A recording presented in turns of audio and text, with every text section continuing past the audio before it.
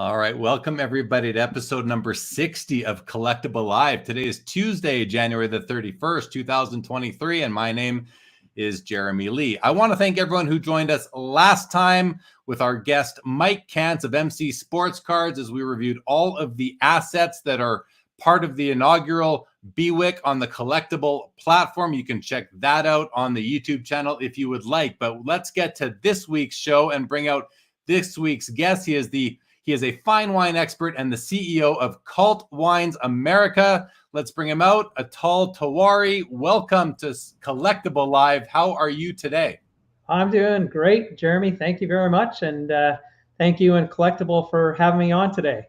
No, you bet. It's nice to have you. I've enjoyed getting to know you a little bit over the last couple of days. And I want to let everybody know who is watching. Please feel free to post any questions, comments you have in the chat. But I'm going to ask you this first question to get started, Atul, which is wine truly a liquid asset? Good one, Jeremy. Good one. Thank you. Well, the answer to that is yes. And we'll learn more about it. But there's two ways that it's liquid. One is the obvious way. It's a liquid that you can consume, drink, and enjoy. But the other way is it's actually an investment that you can buy and sell. So yes, the answer is it is liquid. I got to tell you, as I always like to start these episodes with a bit of an icebreaker question, something just to set the tone. And when I thought of that one, I thought, oh, how clever am I? And then I figured, I'm sure that people have used that in this space before. Is it a common sort of thing to hear that question in your industry? Yeah, it is, and it's also a common joke. So it's okay. That's okay. We heard it before, but it's still funny every time. And I'm sure you will hear it again.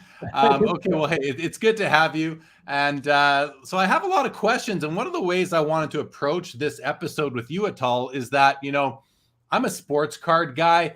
Right. We've been doing this is episode 60, somewhat of a milestone show for us here on Collectable Live this week.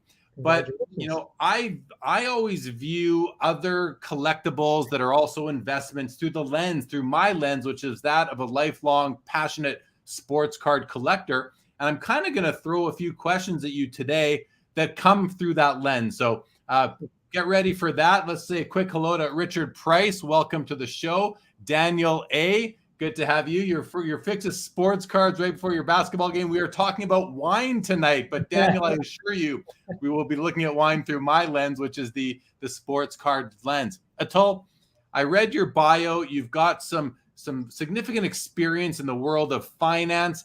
How have when you started Cult Wines, how has your experience in the world of finance helped you be better at what you're doing with Cult Wines in terms of servicing your clients and just building the business?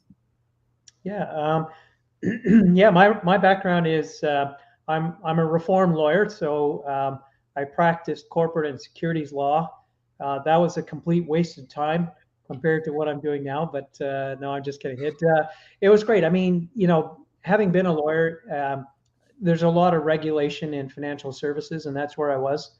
So stepping into a role with the fine wine investment company, obviously wine being alcohol is regulated throughout the world in different ways.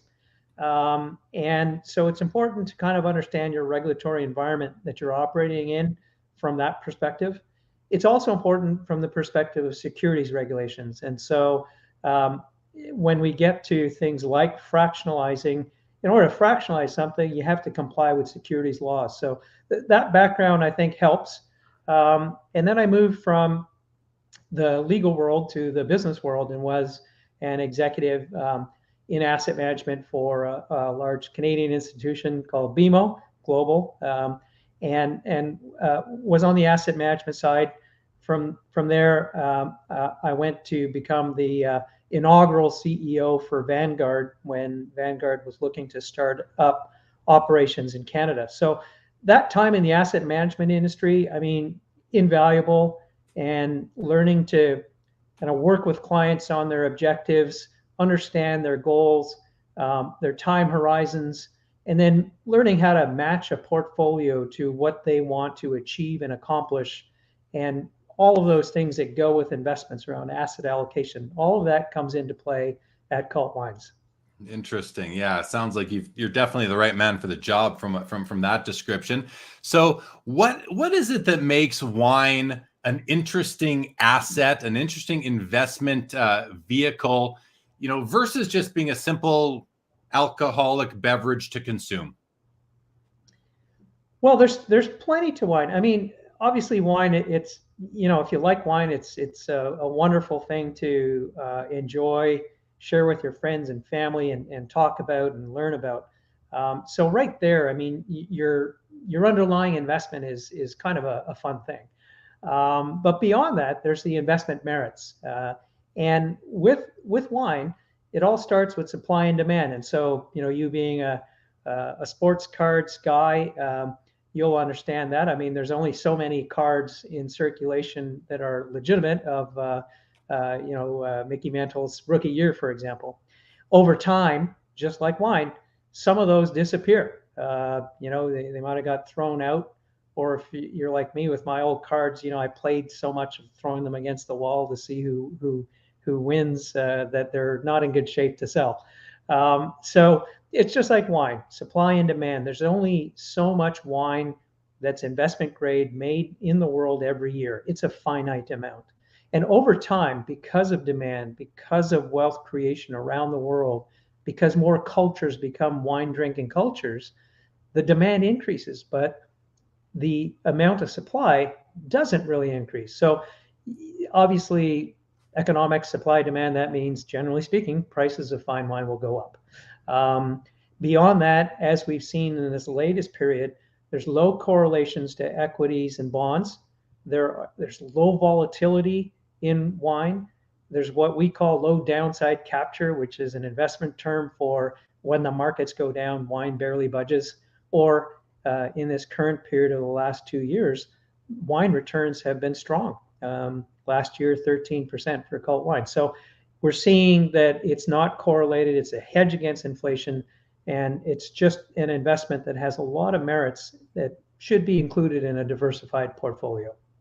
Yeah, interesting. You mentioned a few minutes ago that, wine investing, collecting is fun. It's fun because for people who enjoy wine. In sports cars, we call it the hobby, and we've sort of claimed that term for ourselves, and Right? no one else can call their hobby the hobby. Only sports cards can. I say that tongue in cheek. But is there a similar community and group of like a subculture around wines where you participants look at yourselves as the hobby, the wine hobby, and like speak a little bit about that and just the community? Sure. Yeah. I mean, there's definitely, I won't call it the hobby, capital H. I'll call it the enthusiast. How's that? There are definitely enthusiasts around fine wine. And it can range. Obviously, probably the same as with trading cards or sports cards. There'll be some people who are kind of into it and learning and want to learn more, and then there's people who might have been collecting for 20 years, 30 years, and might have an amazing collection. It's the same with wine. You find amongst our client base, we have people who fit both of those categories, and I think the one commonality for the most part is enjoying wine and either wanting to learn more or understanding the investment merits of it and wanting to access those merits. Yeah, so similar to sports cards where we have advanced collectors, you have advanced enthusiasts in wine and more amateurs, people who are just coming in. And of course, people who are all along the different life cycle of an enthusiast or a collector. So that makes sense. Very quickly, Daniel A says, "Oops, just joined without reading the topic, but I love wine too." Well, I hope you're still there, Daniel, and good to see you. And good evening to you, Michael Ham. So Atul, I wanted to ask you now. In sports cards, there's a lot of excitement and value and passion that's attached to the nostalgia of the cards or the players.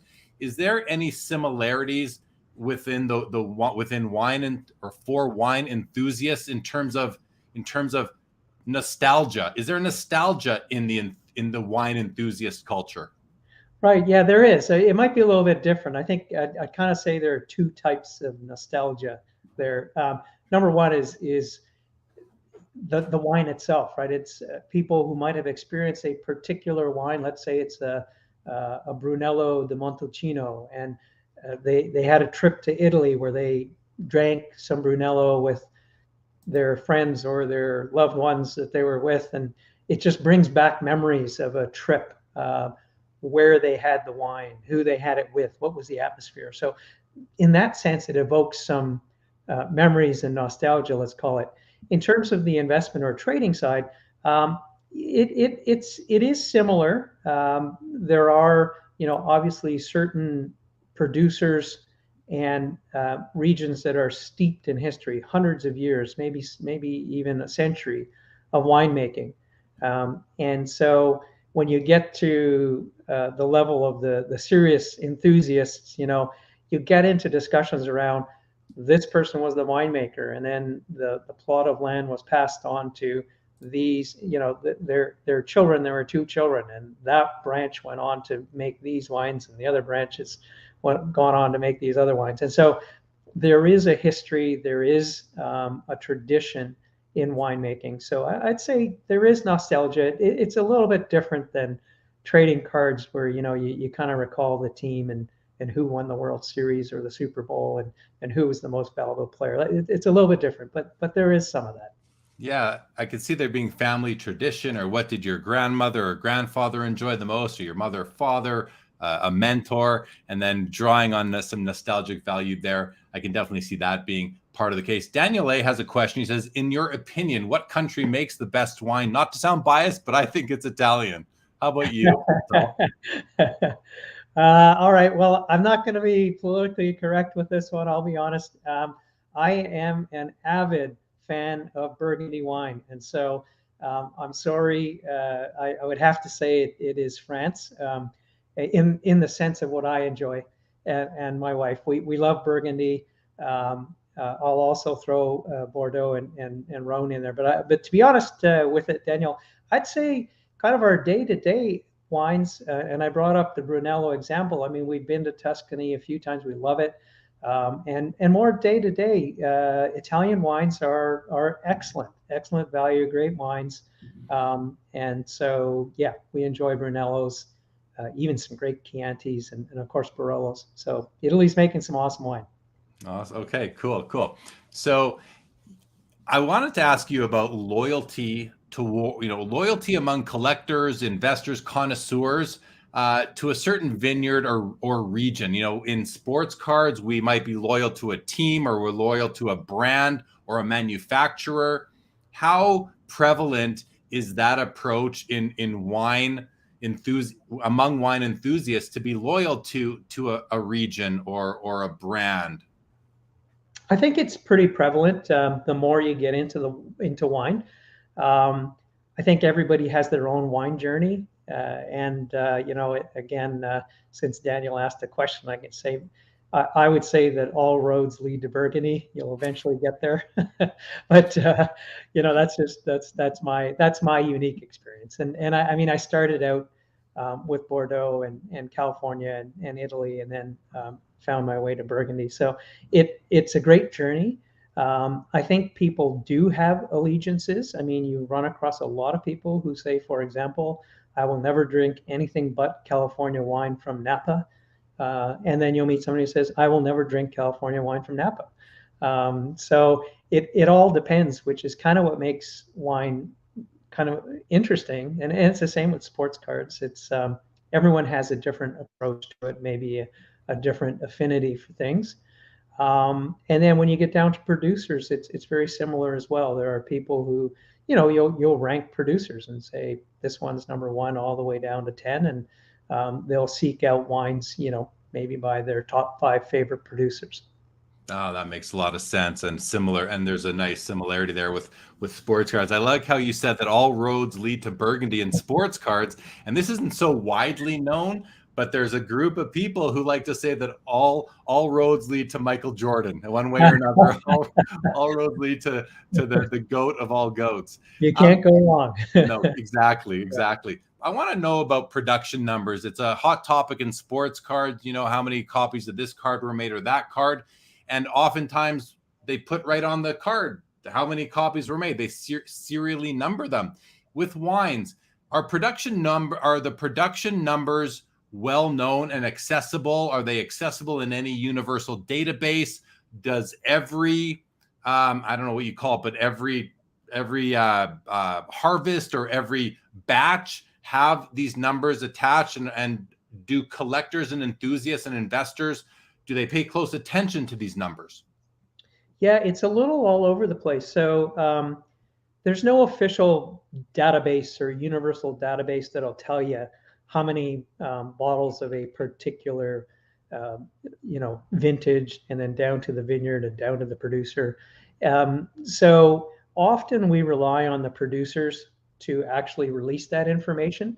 And our investment committee and group will scour all of that so that we understand, at least to the best as we can, how many cases of a particular wine were produced in a particular vintage.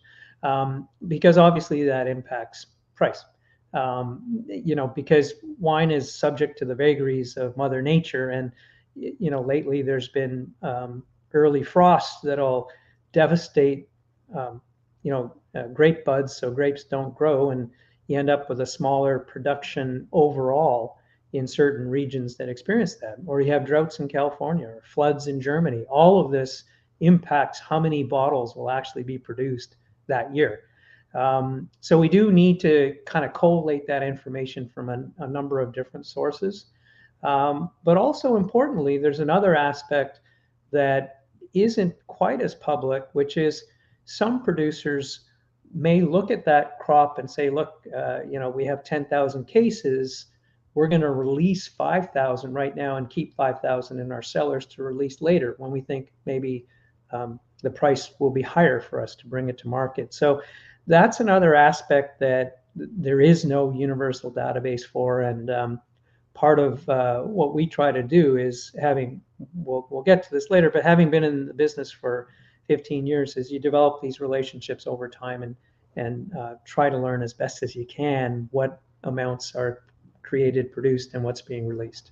More similarities and parallels with sports cards. We know in sports cards, the manufacturer or the distributors actually will often hold back several cases of product until the value goes up, and then they can charge a little bit more. So I'm learning more and more about these parallels between the two asset classes, if I can call them that right now. A quick hello to Collector's Dream. Welcome to the show. Daniel wants to know, is there a type of grading system in terms of wine bottle condition? Obviously, that's a very important part of sports card collecting.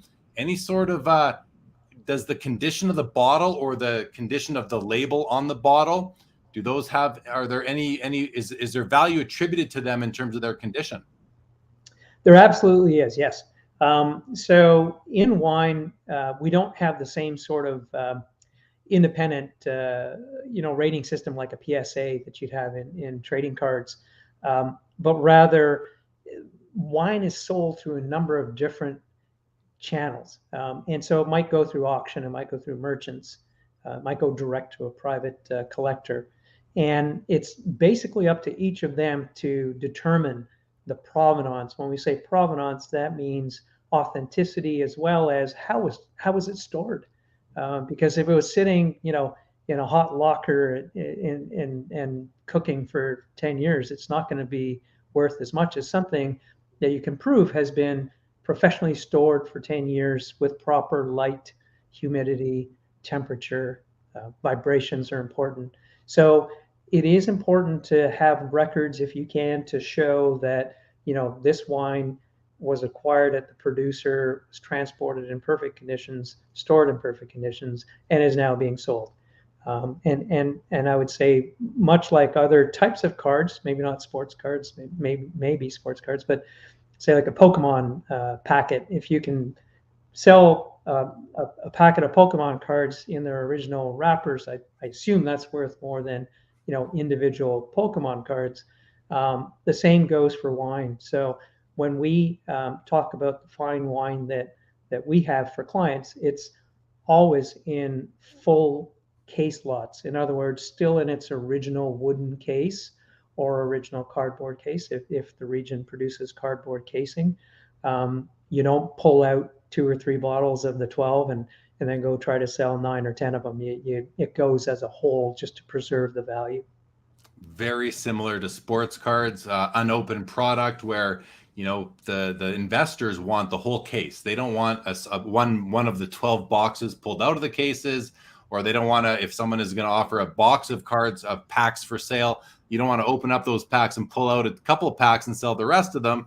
People want the original package. They want them in their original packaging so that that you're getting everything that would have been within a whole case. So I think it's a similar approach, but for somewhat there's differences in the reasons for it. It's not about how they were stored as much as it was, I want to make sure that the big case hit is still in that box of cards. So similar. I love these parallels, and I'm enjoying this approach to this discussion. Well, while we're on it, I might as well add another one. So we've got $350 million US in fine wine assets under management, and that is all actual fine wine. And so we acquire, we transport, we insure, we store, and then we'll actively manage a client's account for them. So the other thing we have to be very careful about, and it's the same in sports cards, it's the same in any collectible, is fraud. And I'm sure many people saw the Netflix show Sour Grapes, where a bad actor was able to pass off some serious wines and fooled a lot of people. So for us, it all starts with the buying program. We buy as close as we can. Initially, we buy as much from producers directly as we can, and then we buy from brokers and negotiants who are representing the producer, and then we'll buy from merchants and traders who have been in the business for decades or hundreds of years, because we can't afford to have a fraudulent bottle. And fortunately, knock on wood for us, 15 years, we've never had one. And you have to be very vigilant because they're out there, and it's the same in any collectible. It is the same. No, for sure. We definitely have that issue in sports cards, and it's I don't want to say it's nice to know that it happens in other verticals as well, but it's somewhat comforting to know that as a whole collectible society of collectors, we need to always be on like just well aware of what could be happening out there in terms of fraud. We're getting lots of questions, and I'm going to go to this one from the Luca Nation Network, and I'm just curious: is that Cage or is that Andrew? Let me know who you are, because I know it's one of the two of you. So Luca Nation says best long-term hold, and then I don't know these things. You know them, so I'll let you read them and let's hear what you think. All right, Luca Nation, this is good. Good questions. So traditionally, I'll try to be brief, but be as expansive as I can. So traditionally, the fine wine market has been dominated by European wines, French and Italian, and it's still very much so. When you look at our benchmark allocation, 35% is Burgundy, 35% would be Bordeaux, 10% would be Italy, about 12% would be Champagne, and then the remainder would be the rest of the world, including California. Now, interestingly, a lot of that, again, is historical, and most of the wine trade takes place out of London and Hong Kong. Traditionally, again, in the United States, the market has been an internal sort of domestic market where people get on mailing lists, and a lot of the wine gets distributed out through these mailing lists. So that said, what we've been seeing for the last few years is an appreciation, let's say, for more American wine globally. So if you look at returns over the last couple of years, in fact, last year, Burgundy returned about 30%, Champagne about 20%, and then the next closest one was U.S. wine, dominated by California, at about 16 or 17%. So a long way of saying that American wines are starting to get to where they should be, I think, on the global stage. So that's my long answer to your question. Best long-term hold amongst what you've got there. I mean, definitely Skriegel, definitely Harlan. we do a lot with Ridge Montebello, Opus One, and a few others along that line. And any cool ones on the radar? Well, I have one for you. It's not really under the radar. It's on the radar, but going to be a bigger blip on it as time goes on. But it's called Realm, Realm, Realm. So Realm's a great winery in Napa. Scott Becker runs it. I had the opportunity to see him about a year and a bit ago in Napa, and they're doing some amazing things, great wines. The prices are starting to appreciate, but if you find some, try it if you haven't already, and it's wonderful wine. Okay, well, very comprehensive answer. Thank you for that, and nice to know that we are talking to Cage, and welcome to the show, Cage. Okay, good evening to you, Frank Gastella. We're going to go to another question from now. For this one from Brendan Omelia, who says, if the 1952 Topps Mickey Mantle is the modern day holy grail for card collectors, which I think is very fair to say, what's the wine collector's equivalent? Or which bottle should we pour into the holy? Yeah, it says, or maybe I should put it this way: which bottle should we pour into the Holy Grail?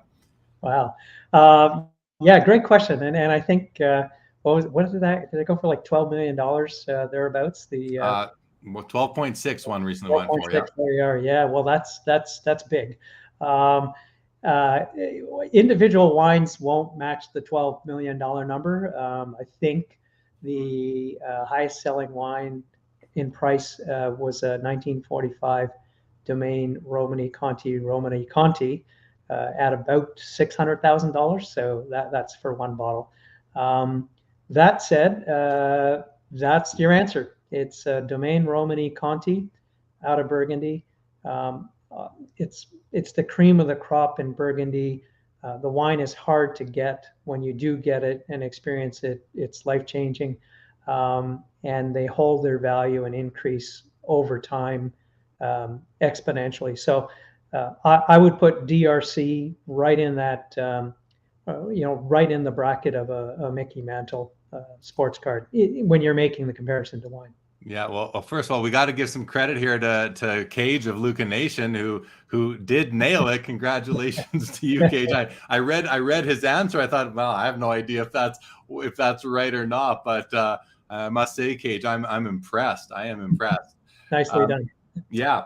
So I wanted to ask you this because you've said, even when you taste it, it can be life changing. And the thing that in sports cards, we've had a lot of people come into the hobby lately who are just buying and selling cards, and we always feel like those of us in the hobby who are, and not just true collectors, but if you're thinking logically, you understand that a sports card needs an end user. It needs its final home. It needs a collector to own it at some point in time. Otherwise, it might be a game of hot potato. You just might be selling cards over and over again among resellers, but eventually they should end up with a final owner until that person, has to move it for whatever reason, like they're going to pass away or something. With wine, is the eventual end user going to be the person who actually consumes it and drinks it? Is that like a bottle of wine for $600,000? Is that going to be drank by people? I would say the overwhelming majority of wines will ultimately be consumed by somebody. And so, there is a life to wine. There'll be a point where it's past its due date and it's not going to taste good. So for us, when you separate your wine drinking hat from your investment hat, that's important because you could have an iconic Bordeaux, for example, that could be a 50, 60, 70-year wine. And we'll buy it on release. And for our investment clients, we're constantly looking at the risk reward between holding on to something too long and selling it. And so, with that particular Bordeaux, 15 years in, we might say, it's had a good run up in price. It's probably a good time to sell it, and we'll get you into something else that has a better opportunity percentage-wise to increase. So that's how we look at it as investors. Now, I put on my wine drinking hat and I go, hey, that's great. There's a case of, Bordeaux that's 15 years old. I know it's been stored perfectly. Great, I'll buy it. And then I'll keep it in my cellar and maybe drink one a year for the next 12 years sort of thing. So, you got to separate why you're holding it when you're thinking about this. But ultimately, wine is for drinking, and at some point, someone is going to buy it and drink it. Whether they pay $18 for the bottle or 600,000, it's going to get drank eventually. Yeah. The only exception to that is if you ever find a legitimate Thomas Jefferson Bordeaux bottle from the 1700s with his initials on it. In that case, no one's going to drink it, but it's worth a lot. And but it wouldn't be good anymore, would it? It would not be good. No. So now it's having the bottle in your collection is prestigious in and of itself. Having it displayed for when your guests come over. Okay. Richard Price puts up a question. He wants to know what happens when someone buys an expensive bottle, but it ends up tasting bad. To paraphrase. Okay. Yeah, from the investment aspect of it, again, we manage that. We don't hold our wine too long, and we don't go out trying to buy wine from, like the 1947 Cheval Blanc, which is, one of the finest wines ever made, if not the best wine ever made. But it doesn't make sense for us to go to try to find that bottle. First of all, it'd be hard to find. Secondly, hard to find a case. Thirdly, hard to verify its authenticity. Fourth, who knows whether the reward for holding it's going to be worth it. So a lot of reasons why we don't do that.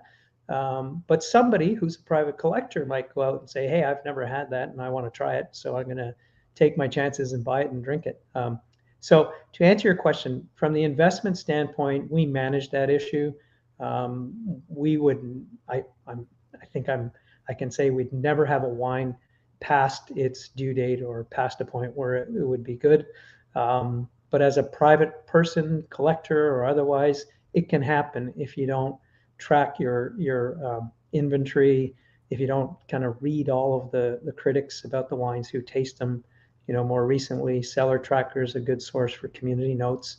And so all of that information can help you kind of determine now is a great time to drink it, or maybe I need to wait another 3 or 5 years. It's a bit of legwork. So the due diligence that you do when you are deploying your clients' funds into some wine assets is extremely important, and that's why they're trusting you, because they're actually you're like a portfolio manager in that they're trusting you to do your diligence on what it is that you will be buying that is in line with their interests. And I think that's got to be something that the team at Collectable must have been very impressed with in order for them to be willing to partner with you as they I assume became interested in partnering with a wine expert and a wine investor investment company like Cult Wines. I'm assuming that the discussions that you would have had with Ezra along the way, the CEO of Collectable, included some of this discussion. Would that be correct? Yeah, I think so. As you know, obviously Collectable has been known for sports and trading cards. And as we've talked a bit already tonight, there are a number of similarities. So I think it made sense for Ezra and the team, to take their experience and expertise in a particular collectible and look to expand out into other collectibles. And so Ezra and I were on a panel together last year in December, and then we chatted afterwards, and that's how we kind of came up with this partnership. And you're absolutely right. I mean, there are a lot of similarities, and hopefully, we'll be able to start out with our offer in February, and then grow the partnership from there. Yeah, that's exciting. I mean, as I told you, I'm not a wine drinker. I'm not a wine connoisseur. I don't have much interest in it myself, but I'm very interested in the collector investor mentality around it. I find it fascinating, as I'm interested in any collectible that any subculture of people would be interested in. So while not for me, I love looking for these parallels as well. With that, Cage makes the comment here saying, "This is fun. I've been collecting wine since I got my first Screaming Eagle allotment in 1997." Nice. And he says, "This is a cool crossover," and that's what this is for me, is a cool crossover. I even put out on Instagram today. I said, "Not my wheelhouse, but I want to learn about it." So anyone who saw that, I said, "Come join me. Let's learn about something outside of our comfort zone." Quick hello to Jake Dahl. Welcome to the show, Jake. Good to see you. And Brendan O'Melia put in a question that I was just going to ask, something very similar. So the timing is good. He says, "Can you talk about how the pandemic affected the wine market? Was there a collector boom?" And I made a note a few minutes ago, Brendan, that said COVID bump. Was there any, in sports cards, there was a big bump in the hobby that coincided with the pandemic because, people were bored. They had more time on their hands and they went to look for hobbies. Did you in your industry, in the wine industry, experience anything similar? I think the short answer is yes. And so absolutely, if you all remember back to the first days of lockdown, it was, what are we going to do now? Let's have some wine or beer, or whatever your drink of choice was. So I think their consumption did go up, and I'm sure that's a fact. And a lot of online wine buying went up too. And so, yes, absolutely, consumption went up in those first number of months. But in terms of the collecting, the answer there is yes as well. And I'm not sure if it was the same sort of bump that other collectibles like sports cards got, but in terms of the pricing of wine, there were a lot of factors involved in driving prices much higher than you would have expected. And a great case study is champagne. So just before, just when COVID hit, the governing authorities in Champagne said, "Oh my goodness, COVID's hit. No one's going to drink champagne. So let's reduce production." And so they made a decree that only so much could be produced that year. Well, as it turned out, like I just said, a lot of people had champagne maybe, or were buying champagne, and instead of saving it for their birthday, they said, "It's Wednesday night, let's pop it open." And so the demand for champagne went way up. And then you mix in the lower production, mix in the fact that there's supply chain problems, and you may have experienced this yourself, but on yours, there was not a lot of champagne on the shelves. So the price went up. So the champagne sort of sub-index in 2021 went up 41%. And that was almost all driven by pandemic issues. So prices did go up in 2021 throughout all regions, and it was the same last year, not to the same extent as 2021, but still up there. The other thing was on the supply side. Producers had for a long time relied on restaurants and hospitality to sell their wine into, and then when all that was closed down, they realized, gosh, we need to build our private client business out a bit more. And so for us, for Cult Wines, we've got, obviously, we're direct to client at this stage, and we have a number of clients around the world. And so we benefited from also being in a position to help producers sell their wine into our client portfolios when they couldn't find outlets elsewhere. Interesting. Very, very interesting. I wanted to ask about the collectability of, we sort of touched on it before, but is there a market for empty bottle collecting, wine label collecting? Do people have people figured out a way to remove the labels from the bottles? Is there a, because again, as a collector of cards, that's more, I can see that because, it's smaller. You can put it in an album. You could, is there a market for label collecting or empty bottle collecting? I'd say, unfortunately, not that you're not gonna retire on it. Let's say. Well, you might have just saved me a bunch of money. Now I can't go buy the stuff, so that's good. Yeah, there isn't a big market there. Old labels you won't see, like maybe $30, $40 for a label. and bottles are, maybe in the hundreds for empty ones. So mostly you're going to get your value out of the wine that's in a bottle. And just taking that one step further, back on the issue of fraud and counterfeits. I do know actually a lot of collectors and friends who will insist that their bottles be destroyed after an old sort of rare bottle is consumed for that reason. They don't want the bottle to fall into the hands of a counterfeiter who can then use that bottle and put in, something that's not the real wine. So sometimes we do worry about that as well, which is, if some old bottles are for sale, are people really buying it for investment, or is it for some nefarious reason? That's a really good point. See, learning. I love learning about this stuff. Cage asked a question a few minutes ago. Very. Let's do this one quickly. Best vintage, is it 1982? What region? What region, Cage? If you're still there, what region? Yeah. And then, while we get an answer from him, we'll come back to that one. And Jake Dahl says, Scotch whiskey, I think, is another great investment. And that ties into a question I was going to ask, which was, why wine? Why is wine such a coveted, alcoholic beverage asset compared to vodka or beer or Scotch whiskey? And I do believe I've heard about some Scotch investing, but can you just sort of explain what differentiate, besides the fact it's made out of the ingredients and how it's made, why is wine so investable and collectible? And does it just come down to that many more people enjoy it? Yeah, it's a good question. I don't know the answer. I mean, Scotch whiskey, there is a market for that, and the returns have been, very good over the years. So we don't really do spirits.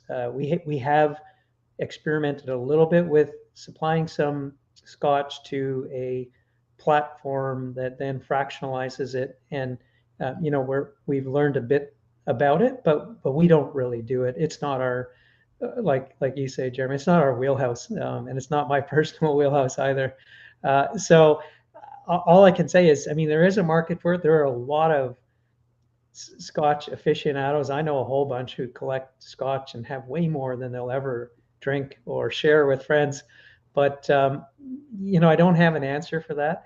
Cognac, sake as well on the global markets is picking up. You're seeing more of those types of spirits sold at auction for pretty good returns. So it may just be a quirk of tradition that fine wine was this elusive liquid that was kind of enjoyed by few people, and now it's getting more democratized. I'm not sure. I don't really answer that. How can an amateur like myself, as an example, if I was somebody who enjoyed wine, how can I get past this, what I perceive to be a stigma that wine is for, and don't take this the wrong way, say for snobs or for the rich? Are there price points for every potential wine collector and investor? Right. Yeah. So, I mean, one of the things we want to do at Cult Wines is, for a long time, wine has been institutionally made intimidating to people. And it's unfortunate because, you shouldn't feel intimidated going in to buy wine at any store. You should feel good about buying wine and buying what you like. It doesn't matter what you like, just, buy it, enjoy it. So traditionally it's been sort of shrouded in this mystery, and only a few people know the answers. Well, there really isn't an answer.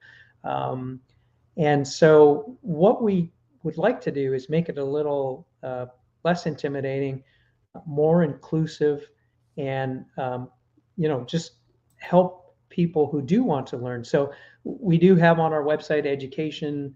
We do webinars. We do tastings with groups that maybe want to learn about wine but haven't traditionally been experienced or allowed access or had access to wines.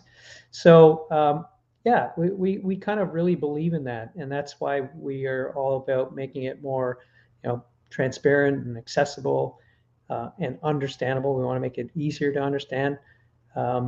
So for our clients and investors, we run the gamut as well. We have some people who don't drink wine, and they understand the investment merits and want to be part of the investment.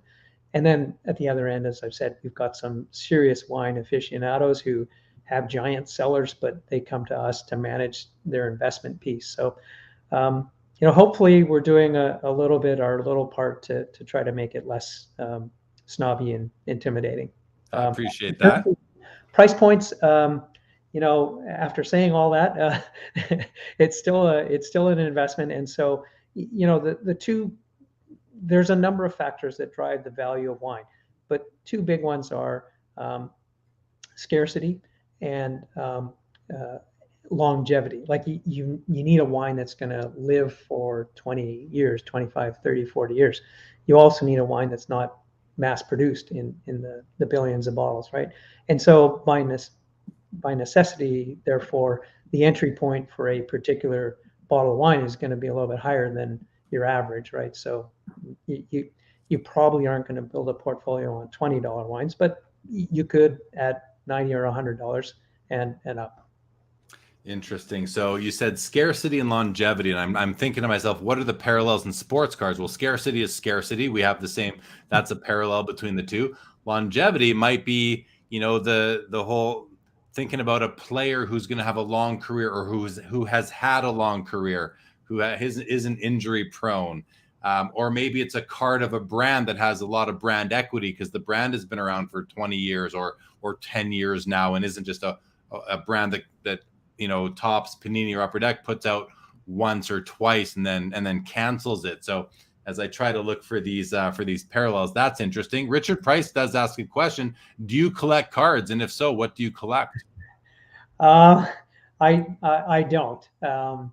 That's fine. You can say no. You don't have to. Not in any professional way. As a kid, I did, and it was mostly I'm Canadian, so mostly hockey cards. I don't have any. I don't have a Gretzky rookie card, although I wish I did. No worries. But probably nothing recent other than ones that my kids are into Pokemon, so we've got Pokemon cards. They're into American football, so we have bought some recently. I know I'm going to get a lot of boos here, but the entire family is Tom Brady fan. So to your point, Jerry, I mean he's played in the league for a long time, and his cards obviously command some high values from the early years. So yeah, sorry, I'm not Makes quite sense. there yet. And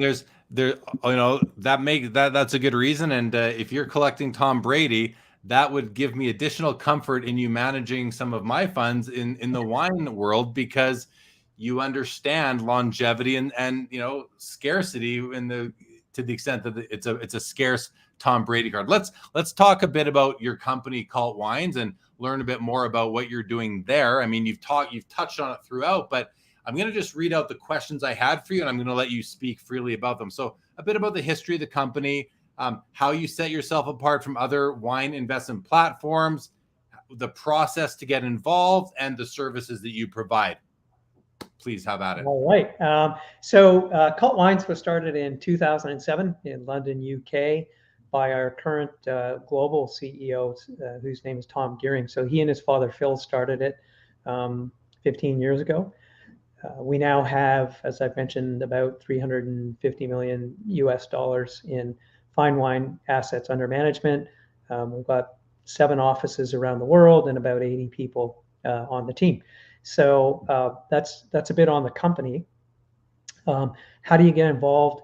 Well, I mentioned a bit about this, and I won't go into the detail of onboarding, but right now we're mostly direct to client, and so we will onboard an individual, match fine wine portfolio to their objectives, and then actively manage that portfolio for them.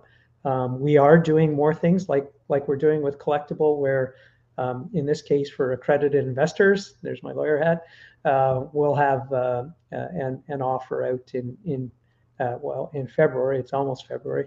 That will be a BWIC plus opportunity to fractionalize. So we're doing more things with partners who will distribute wine as an asset class through securities, for example. And uh, basically, those are kind of the main things you should know. We also have an investment committee. I'm on it. We meet quarterly. We set benchmark allocations. Like any other investment, it's important to be diversified. And so we do ensure that our clients don't put all of their eggs in one basket, and diversify out through different regions. And one other thing I should mention is we do, that's the asset management side of our business. And we've been working in beta, and it's to be released imminently, is a trading app. So it'll be called CultX. And it'll be, we've put all of our inventory on the blockchain. And so through this marketplace trading platform, which will have all kinds of DIY materials for people who want to do it on their own, you'll be able to buy, sell, transact. You can do it digitally, or because it's a physical commodity, you can also take possession of it at any time. So those are some of the things that we're up to. Awesome. No, that's great. I want to touch on the partnership with Collectable again. So you mentioned that you're going to do an offering in the February version of the BWIC, the bids wanted in competition.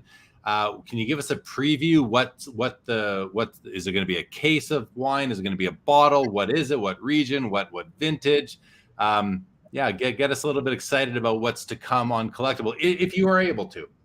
Yeah, we haven't finalized the entire let's call it a parcel just yet, but our focus will be on iconic Californians, and so you'll probably see some of those names that we talked about earlier, as well as some first growth Bordeaux. So we're going to keep it at the sort of tier A level on the first offer. Okay, very cool. And can you give me an idea of what the value of that basket would be? Now, I know it's where a lot of what the BWIC does is offer price discovery. So I don't know if this is something you are not able to mention, but I want to ask in any event, like what sort of valuation would you put on this basket, or what are you shooting for in terms of this BWIC offering? Yeah, so we haven't, like I said, we haven't quite finalized all of the cases that we would have in there. So I really don't have an answer for you. I mean, I can say safely it'll be six figures, but whether it's kind of low to mid, we'll figure that out. We're still working on the logistics of it. Interesting. Oh, I appreciate that, even to know. And good luck as you finalize that. I'm sure it's going to be exciting, and it's got to be exciting for you to do this. You mentioned that you've worked, or there's other fractionalization of wine going on out there.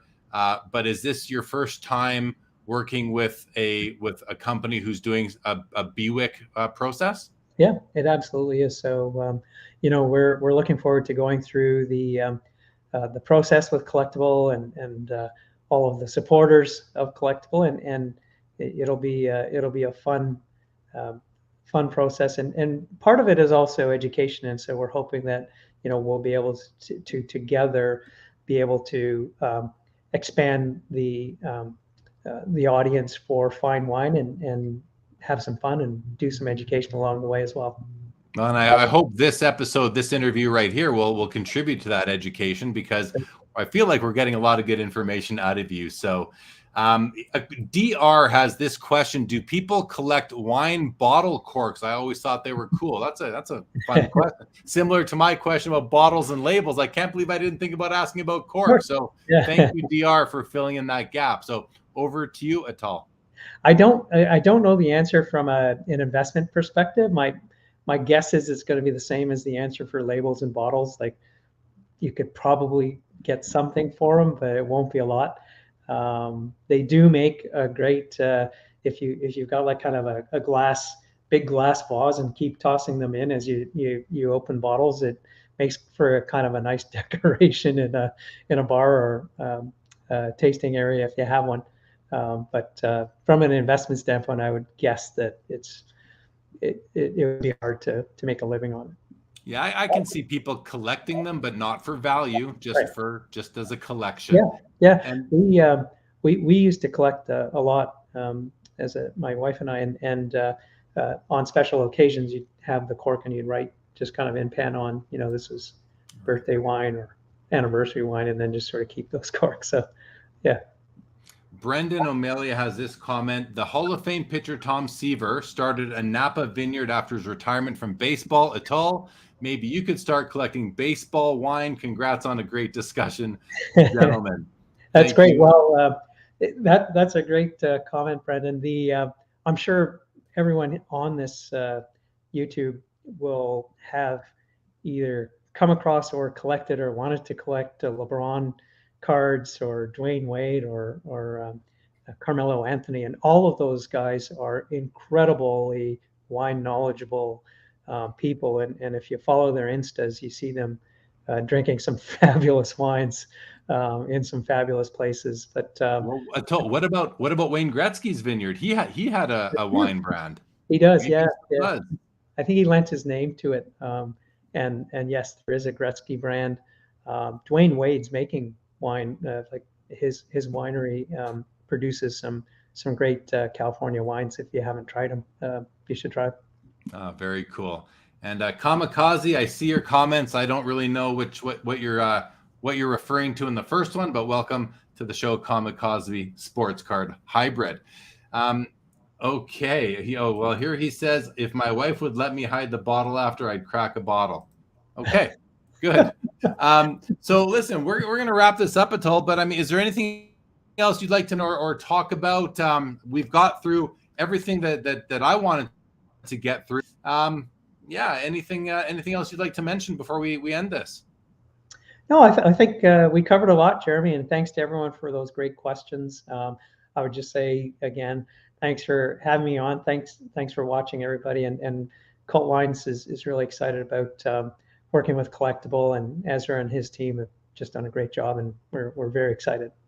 Good. I love to hear that. That's great. Well, thanks for joining, and with that, thanks everybody in the chat for following along and your comments and questions. This was a lot of fun for me, just to learn more about an area that I haven't really studied or gotten to know. So a great introduction, Atul. So thank you so much for that.